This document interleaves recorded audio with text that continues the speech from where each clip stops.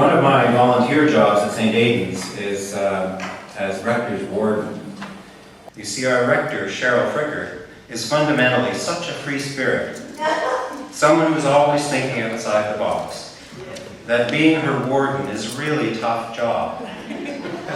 In point of fact, Cheryl is quite unmanageable.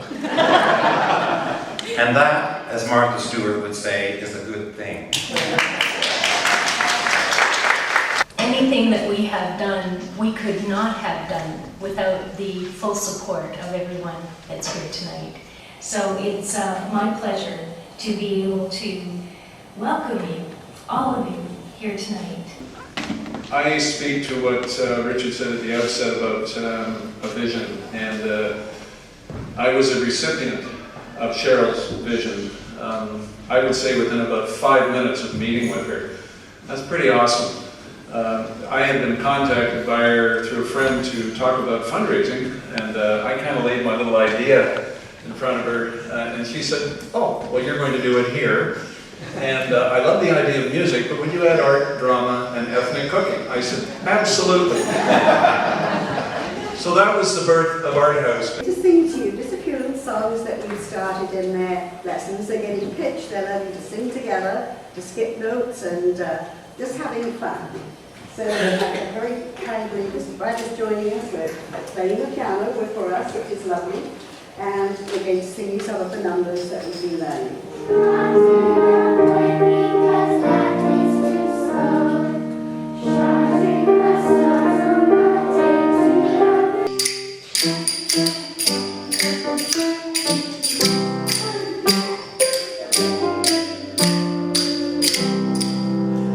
Walk in tonight, walk into a building like this, having gone through this transformation, and you don't have to go through a checklist. You feel it's right. You just know it's right. You know that the things that are being done to this building are going to serve this community well.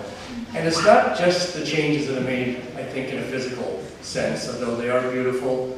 And I know that they've saved the soul of the building. A lot of these are pews and things I think that come from the older structure. But it's really what's going to happen in this building in the future. I think we just saw a fine example of that. There's a lot of things you have to do as a politician. There's a lot of things you want to do as a politician. But there's very few things that you feel privileged to be at. And it was so nice to watch those kids perform.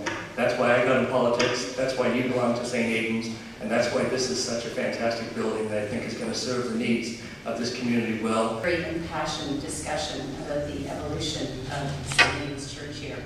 There was a vision to transform this space into a vibrant community hub, and I think today we're here to celebrate a milestone in this journey.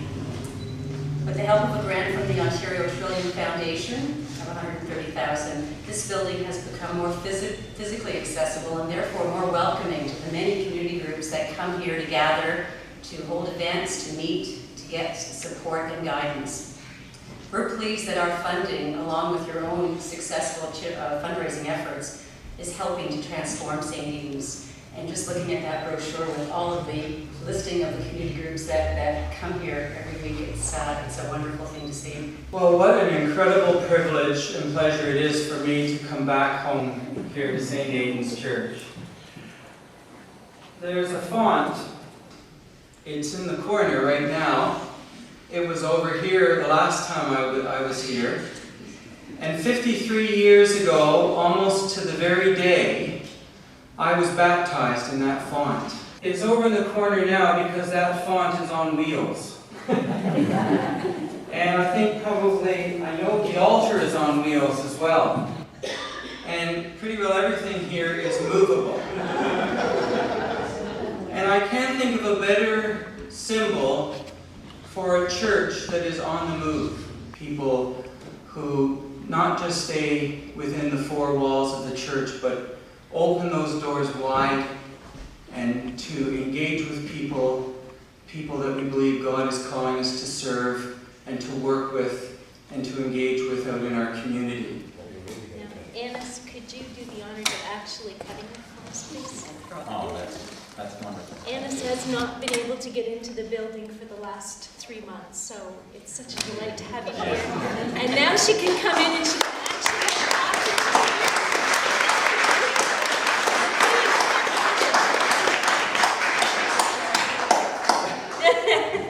We'll hold it. You cut. There you go.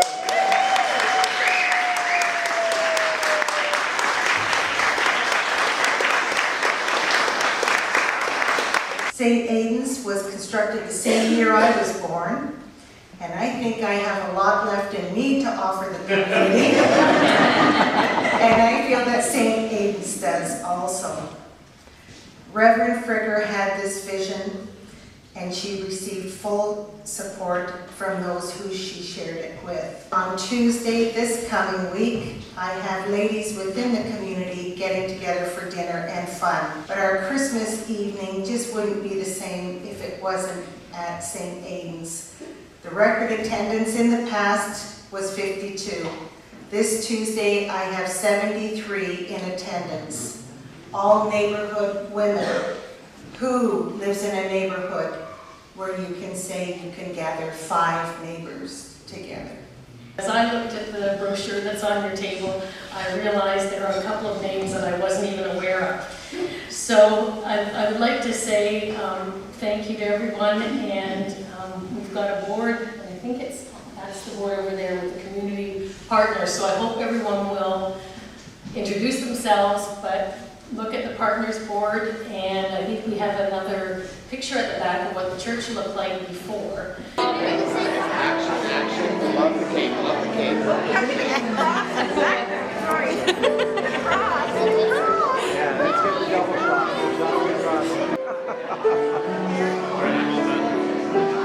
I think you're on camera,